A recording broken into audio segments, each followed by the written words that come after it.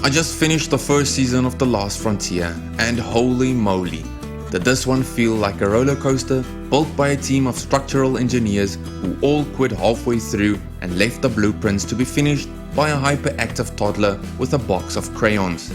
You look at the pitch.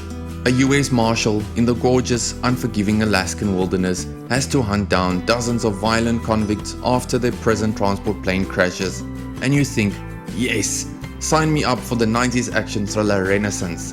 It's Con Air meets The Fugitive with a backdrop so epic it makes your living room look like a prison cell. I was ready to throw down my remote, order a parka and start growing a scraggly beard just to get into the mood. And for about the first 2 episodes, the show is cooking. It starts with a literal bang, delivering that high stakes premise right away. But then, tragically, the show remembers it needs to fill 10 hours of television, and the momentum doesn't just slow down. It slams into reverse, stalls, and then politely asks if you'd like to wait while it checks its email. Our hero is Frank Remnick, played by the perpetually intense Jason Clarke, who is doing more heavy lifting here than a team of huskies pulling a fully loaded sled. Clarke is phenomenal. He sells the part of the lone US marshal who is just trying to protect his little slice of icy heaven from a sudden influx of heavily armed, murder-happy tourists. He's the perfect, grizzled, grounded man, the kind of guy who looks like he smells faintly of pine, motor oil, and disappointment. Seriously, he's so good that I believed every single one of his moral struggles, even when the surrounding script was screaming like a poorly dubbed B-movie. He's the anchor holding this leaky submarine together. But even the best anchor can't stop a wreck if the captain steers directly into an iceberg of convoluted subplots. The problem, my friends, is in the writing. It's what happens when you have a killer concept and decide, you know what this simple high-octane chase story needs? Everything. It's not enough that the marshal has to hunt down the inmates.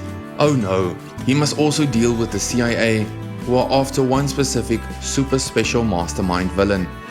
And then there's Remnick's troubled family history, a local town subplot, and a whole messy political conspiracy involving a previous flight layover. My head was spinning so much, I thought I was watching a documentary on centrifuge technology. The show constantly tells you that the mastermind villain is a brilliant, manipulative, godly figure, steps ahead of everyone, capable of weaving plots that would make a Renaissance tapestry look like a napkin sketch. But what we actually see is a guy who constantly escapes by the skin of his teeth, often through absurd plot gimmicks. Cooper does his best to be charming and enigmatic, but every time he opens his mouth, I kept getting distracted by his constantly shifting accent. Was he American? British? Someone trying to order a sandwich in both languages simultaneously? It's like the writers were terrified of giving the villain a clear, strong motivation early on, so they just made him a walking mystery box that never quite delivered the prize. This convolution absolutely destroys the pacing. We start with a frantic survival thriller, but quickly transition into a tedious political espionage drama peppered with extremely predictable family melodrama. Yeah, the show hits you with every cliche in the book. The sheer volume of plot threads makes the whole thing feel less like a streamlined, intense hunt and more like a never-ending grocery run where you forget the list and keep getting distracted by irrelevant items in the cereal aisle. So, Alfre Woodard is in here, and she's a legend, but she spends most of her time glowering from an office, giving cryptic exposition. And poor Johnny Knoxville, you cast Johnny Knoxville in an action show and you make him a fairly typical convict? That's like hiring a Michelin-starred chef to heat up microwave dinners. The show needed a jolt of gonzo, fun maximalism, but every time it hinted at something over the top, the direction pulled the punch. There's a scene early on that is supposed to be dramatic, scored to a classic song, but they mix the music so low that it sounds like the director was trying to listen to the song on a cheap Walkman while shooting. It's the perfect metaphor for the entire series. The Last Frontier is afraid to fully commit to being the glorious, cheesy, high-stakes action show it was destined to be. It's too serious for its own good, too stone-faced sincere when it should lean into the ridiculousness of a dozen murderers running around the Arctic. Now, let's talk about the look of the show, because this is where Apple TV Plus money truly shines.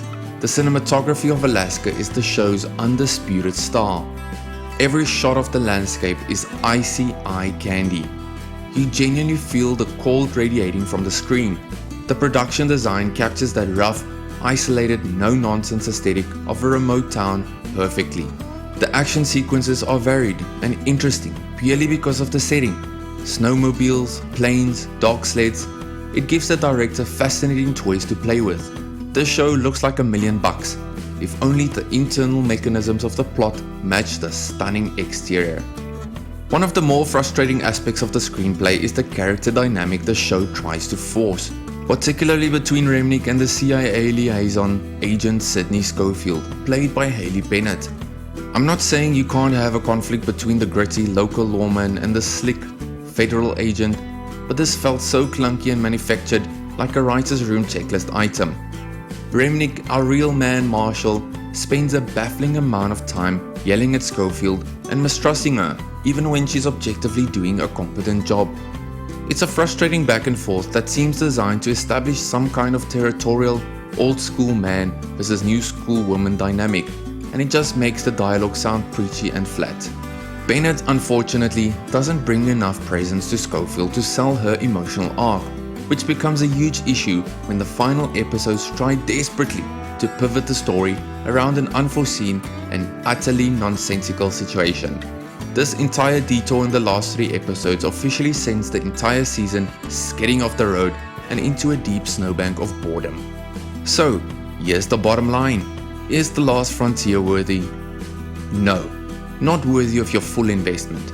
It's a frustrating, uneven mess that spoils its massive potential. This show is the television equivalent of a beautifully wrapped, expensive gift box that contains nothing but a soggy greeting card and a half-eaten bag of chips. It had everything: an A-list lead in Jason Clarke, a spectacular, unique setting that delivered visuals for days, and a killer premise that promised pure, simple escapist thrills. But the writers couldn't resist the urge to turn a simple, elegant hunting expedition into a labyrinthine game of political 4D chess. By the time the season finale limped to the finish line, you're less interested in who did what and more interested in knowing why you spent 10 hours watching such a well-produced disappointment. Watch the first 2 episodes, marvel at the cast and the scenery. Then, if you want to save yourself the pain, pretend the plane crash was the end of the story and go rewatch a better action film.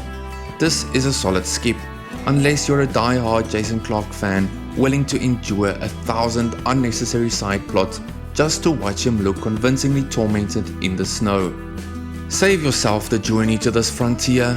There's nothing but narrative quicksand waiting for you.